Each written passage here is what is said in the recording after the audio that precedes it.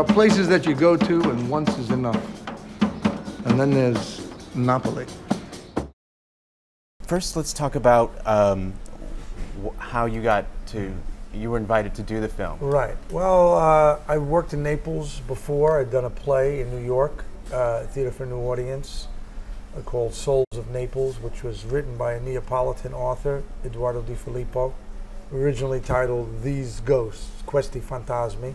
And we were invited to do it in Naples, and it was a big success there, and I really had a wonderful experience. It's a very old, gritty, beautiful, dangerous, mysterious, and sexy city, and it has a huge theatrical tradition, a huge musical tradition. It was and still is, you know, a vibrant classical music center and popular, dating all the way back to 1300. And so I was just interested in the city, and people knew that. And my previous film, Romance and Cigarettes, had very good distribution there, and it did very, very well. So they said, well, you like music, and we thought, you know, we want to make a Buena Vista Social Club type of film, and we want someone who's connected, but maybe a little bit from the outside. So I worked with this journalist, Federico Vacalebre, who writes for Il Mattino in Naples, and he's a musicologist. And for 2 years, he introduced me to a lot more music than I was aware of. I was aware of a certain amount, certain people who are actually in the film, a few of them, but he was sort of my tutor for 2 years, and I listened to, you know, thousands of songs, and I liked the song. I'd listen to different arrangements, then study the lyrics, so I knew what it was really about, and then try to build a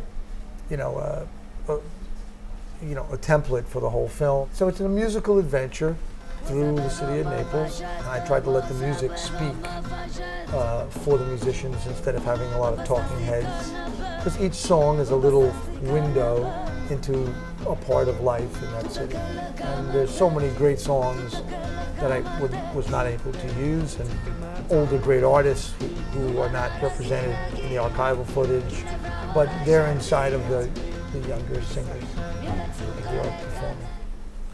So for me, the film had like this very dream-like quality, just sort of touching here, touching there, as you sort of touched on that.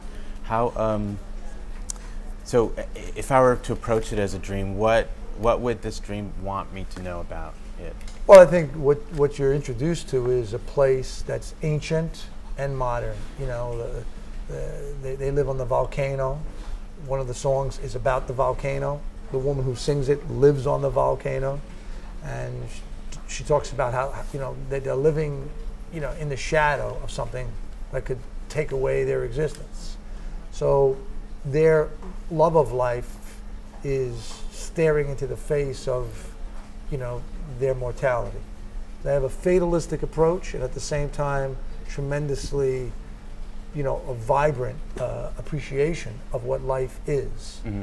And so it's, when you're in a place like that, you feel really alive, and you feel the need for music, why people need music.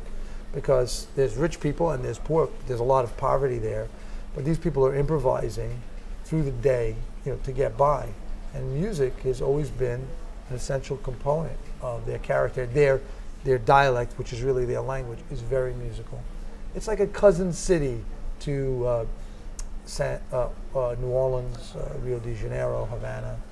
And you know, it's these places that people have to overcome all these obstacles that music comes out of the ground. It comes right out of the ground, and it's something to witness, because the singers are really storytellers. They're not just singers, and that's the difference in certain traditions. So, but it's a witch-like city, yeah, because it kind of works its magic and its hooks into you.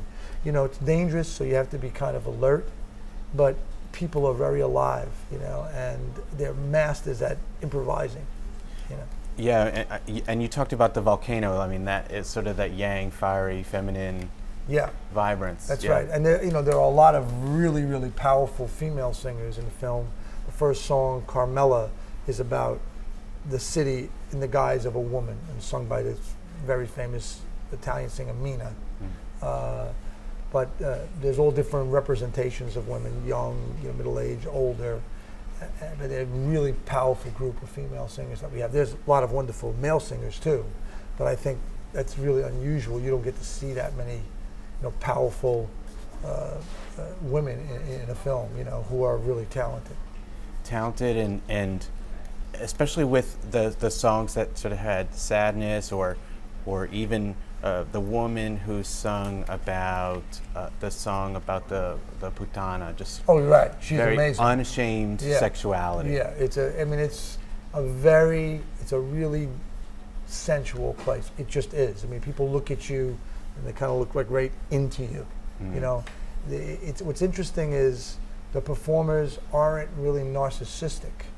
They're like, they have a need to express their condition, or the story of the song that tells about the conditions, between a man and a woman, or a political situation, or a sexual situation, or whatever the song is about. And you don't see that, so it's kind of liberating when you see it. You're like, wow, this is, you don't see this kind of thing. And so with that energy of the singers sort of, literally giving this gift to their audience, that they're healing, I suppose. Oh, there is a healing process of that, and this is a city that has rebounded from all kinds of invasions and man-made disasters and war and the Gomorrah and crime. To this day, they have big struggles, but these people have been able to rebound time and time again, and part of that spirit, I think, is celebrated, in the film. In addition to the success of the film, the soundtrack was a big hit in Italy. A big hit. It's been on the charts for like 24, 25 weeks, and Universal is releasing it digitally, and the hard copies will be coming, actually today from Italy. So is there a website for the film? There is a website for the film. Okay. You just have to look up Passione. We'll put that on. And you can buy it on iTunes, and the hard copies will be coming up. Great. And you're open in New York now? And then we're going to open, throughout the summer, across the country, in all the major cities. Passione, thanks so much. Thanks for having me. All right. Okay.